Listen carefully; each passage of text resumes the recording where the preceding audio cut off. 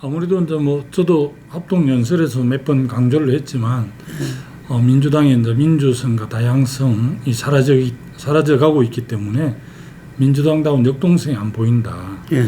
시중에서 이제 국민의힘이 민주당 같고 민주당이 국힘스럽다 이런 이야기를 들었거든요. 그렇네요. 예. 정말 좀 자괴감이 들더라고요. 그런 이야기 들으니까 지난번 이제 국민의힘 전당대회 그래도 뭐 대선 후보급이라 하고 할 수 있는 어쨌든 한동훈, 뭐 원희룡, 나경원 또 윤상현 이렇게 나와서 그런지 굉장히 뭐 시장 잡배들을 뭐 싸움 같이 진흙탕 싸움이라고 이야기는 했지만 그래도 국민 대중으로부터 상당히 관심을 불러일으킨 것은 사실인 것 같아요. 국민의힘 당원들이 참 대단하다고 싶은 게 예.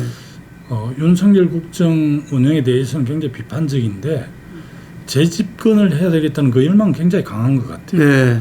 현직 대통령 임기가 3년 정도 남아 있는데 또 불구하고 현직 대통령과 약한 각을 세우는 한동훈 후보를 63%를 선택했다는 것은 어쨌든 새로운 배날을 선택해서 자기 국정도 국민이 맡겠다는 강한 열망의 표현이 당원들이 63% 그리고 또 민심하고 또 공교롭게도 일치를 하더라고요. 일치했죠. 네.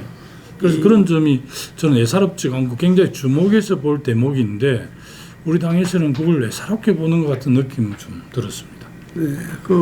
일단 뭐 당대표를 선택하고 예. 당을 한 2년 동안 이끄는 리더십을 보면서 뭐 한동훈으로 대선 후보를 선택할 수도 있고 또 바깥에 뭐 오세훈 시장이나 또 홍준표 시장이나 다 여러 쪽이 있지 않습니까? 바깥에 뭐 또 기억신당 이준석 뭐 대표 이런 전 대표 이런 분들하고 또 나름대로 보수 대연합을 통해서 새로운 미래를 모색할 수 있기 때문에 어쨌든 다양한 포석 차원에서 한동훈 대표를 선택한 국민의힘 당원들의 그 열망이 나는 좀 주목해 볼 필요가 있다. 그러게. 예, 뭐 워낙 그 이재명 대표 대세론 예.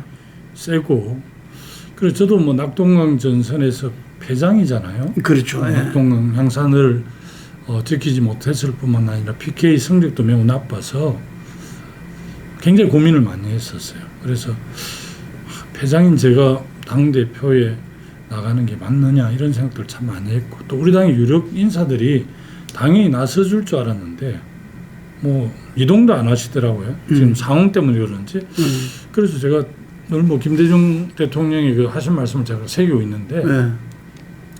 뭐가 되는 게 중요한 게 아니라 어떻게 사느냐가 중요하다 이런 이야기를 해주셨는데 저도 늘 가슴에 새기고 있는데 이 시점에서 제가 할 수 있는 역할이 뭘까 고민 끝에 정말 몸과 마음이 많이 지쳐 있었지만 그래도 용기를 내서 우리 당의 다른 목소리 제가 뭐 그냥 표현을 그렇게 했죠. 단 1%의 다른 목소리를 내는 분들이 있다면 그 1%를 대변할 책무가 있는 거다. 그런 차원에서 이제 결심을 했고요.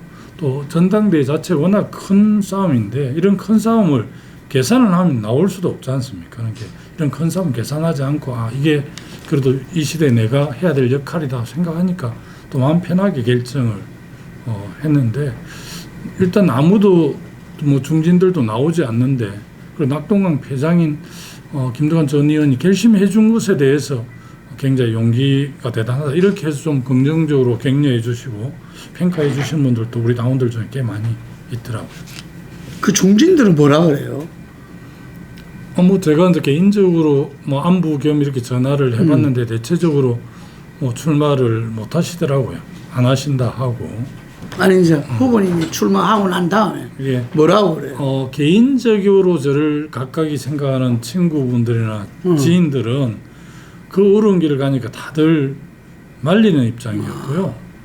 특히 이제 당의 미래에 대한 걱정이 많은 분들은 정말 큰 결단을 잘했다고 이렇게 격려를 해주셨죠. 덜러리 서로 나오는 거 아니냐, 예. 또 약속대로 아니냐 이런 오해들을 하시더라고요. 그렇죠. 그래서 제가 이제 제 나이가 몇 살이고 내가 정치를 그래도 한 30년 해왔는데 이제 저도 이제 정치를 어떻게 보면 좀 잘 정리할 그런 나이인데 내가 이 나이에 뭐 남정치 그 약속대로 널널히 하고 나오겠냐. 그래도 김두관 정치를 하려고 하는 거지. 이렇게 이야기를 했는데 뭐 지금 중반 좀 지났는데요. 예. 지금은 뭐 약속대련이다, 덜러리다 이런 이야기가 쏙 들어갔고 사실은 이제 박찬대 원내대표를 우리가 175석 일당이었잖아요. 범락 그거는 뭐 192석인데 175석의 국회 제1당 원내대표를 추대한다는 것도 너무 모양이 안 좋았고 예. 그 이후에 이제 추미애 뭐 정성호 조정식 또 우원식 이런 분들이 국회의장, 예. 국회의장을 당내 경선하기로 했으면 하면 되는데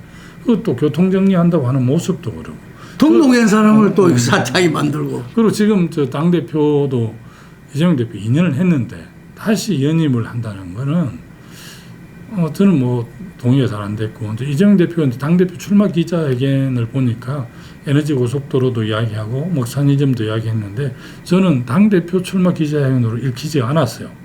다들 그러죠. 대선 후보 출마 선언문으로 다 이해를 하셨고 그렇게 본다면 이미 이제 본인은 지난번에도 대선 0.73으로 패했고 다음 도전할 준비를 하고 있기 때문에 그 자기가 제안한 그런 주요 정책에 대한 정책을 좀 잘 다듬는 데 시간도 할애하고 또 개인적으로는 사법 리스크에 좀 잘 대응을 해야 되잖아요. 그래서 오히려 당은 아마 이재명 후보가 당대표에 안 나왔으면 당대표 후보가 많이 나왔겠죠. 6-7명은 안 됐겠어요. 맞습니다. 그래서 우리 당의 역동성과 민주성이 살아나면서 훨씬 더 건강하게 갈 텐데 그런 점이 너무 아쉽다는 거죠. 총선 승리에 대한 정확한 뭐 평가하고 진단 이런 게 좀 없기는 한 것 같아요. 없었던 것 같아요. 제 기억에. 그랬는데 이제 이재명 대표의 탁월한 리더십으로 총선에 압승했다. 또 개혁 공천을 했다. 이렇게 해석을 하는데 저는 그 해석에 동의를 안 하는 게 제가 좀 우스개로 지난번에 용산에서 우리 더불어민주당 선대본부장을 맡아줘서 반사이익으로 그렇게 우리가 성과를 잘 낸 거고 또 제도적으로 보면 소선구제라는 선구구 제도 때문에 우리가 192성을 약건이 압승을 한 거지 득표율로 보나 뭐 여러 가지 사정으로 보나 그런 건 아니거든요. 워낙 윤석열 정부의 이념 국정에 대한 심판 분위기가 강했기 때문에 그 반사이익으로 많이 얻은 건데 그게 도취되면 안 되는 거죠. 그런데 뭐 원내대표를 추대하는 이런 것들이 또 마침 우리가 잘해가지고 총선을 압승한 것에 도취돼서 하는 양태랄까 뭐 이런 걸로 나는 이해가 되니까 참 답답했습니다. 지금 윤석열 국정에 대해서 우리 국민들 평가가 거의 끝났다 해도 과언이 아닌데 윤석열 대통령을 강하게 엄호한달까 지지하는 뭐 PK 하여튼 뭐 세대로는 60대 70대 이상 이런 분들이 한 30% 전후가 있긴 하지만 60-70% 국민들이 이미 평가가 끝났는데 그러면 더불어민주당이 그래도 한 40% 정도 지지율이 나오고 국민의힘 한 30% 전후 지지가 나오는 게 우리 상식에 맞는 그렇죠. 예. 상식이 반하게 지금 나오는 것은 그렇죠. 국민들 속에 뭔가 더불어민주당 국회 제1당으로서 지금 역할을 제대로 못하고 있다.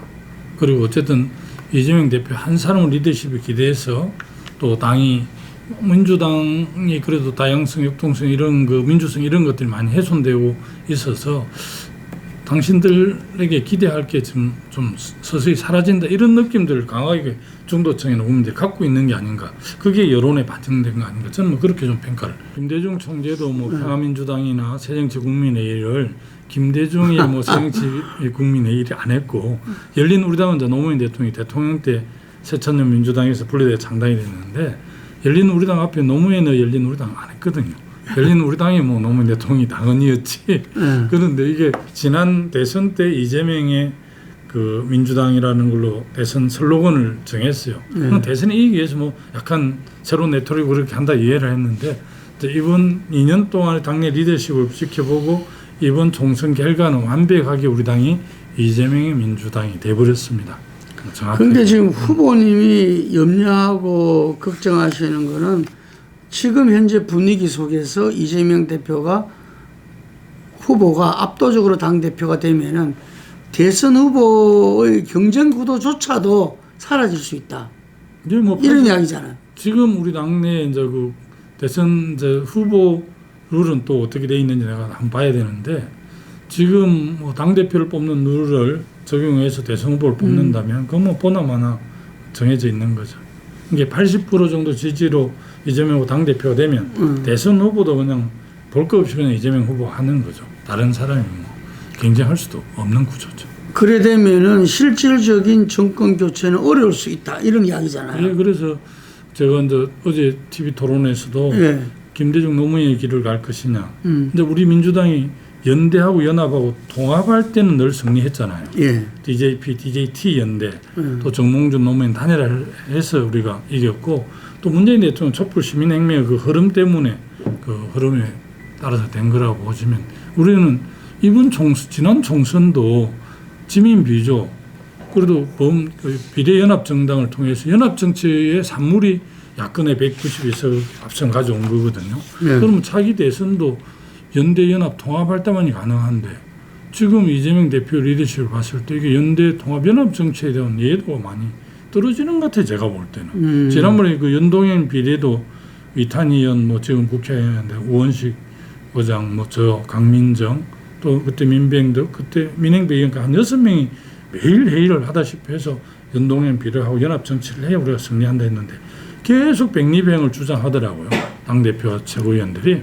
그래서 워낙 뭐 제야 시민사회에서 요구도 세고, 또 국회의원도 뭐 100명 가까이 연대 서명을 해가지고 이렇게 연합 정치를 해야 된다 해서 결론적으로 이제 비례연합을 만들어서 진보당이 세석, 이렇게 시민사회 내석 이렇게 해서 압승을 한 거잖아요. 그렇죠. 그때 뭐 예를 들어 혁신당, 조국 혁신당이나 진보당에서 수도권에 후보를 냈으면 1000표, 2000표 차이로 이긴 우리 당 후보들이 많이 떨어질 수도 있고, 그럼요. 또 기본적으로 우리가 야권이 그렇게 압승하기 힘들었는데, 그래서 저는 연합 정치를 통해서 승리해야 되는데 그런 길을 안 가서 어제도 뭐 본인한테 물어봤어요. 토론에서 물어보니까 본인은 뭐 당연히 연대와 통합을 통해서 돌파하겠다 이렇게 원론적인 답변을 하시던데, 말씀은 그렇게 하시지만 지금까지 당내 리더십을 보여준 부분은 굉장히 이제 좌파 중심으로 세력화를 하고 운영을 했기 때문에, 그런 이제 신뢰를 주려고 그러면 이재명 후보가 이제 뭐 자기 만약 당 대표가 돼도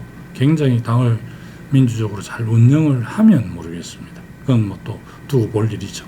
월드컵 예선에서 막 팡팡 날던 득점왕이 본선 가서 한 골도 못 넣으면 그 무슨 소용이 있냐. 제가 이제 노무현 대통령 말도 인용을 했어요. 전투에서 이기고 전쟁에서 피하면 무슨 의미가 있냐. 그리고 김대중 대통령이 늘 국민과 함께 가되 반보 정도 앞서가라. 그래 국민들과 함께 가면 역사를 만들 수 있다. 이런 이야기를 TV 토론에서도 몇 번 했습니다. 그래서 이재명 대표가 이제 대선 후보를 하고 이기려고는 민주개혁 진보 진영의 대선 후보가 되려고 그러면 지금같이 이 좀 석걸음을 조그맣게 짜는 게 아니라 이 연대 틀을 좀 크게 가져가라. 이런 뭐 제언을 계속 하고 있죠.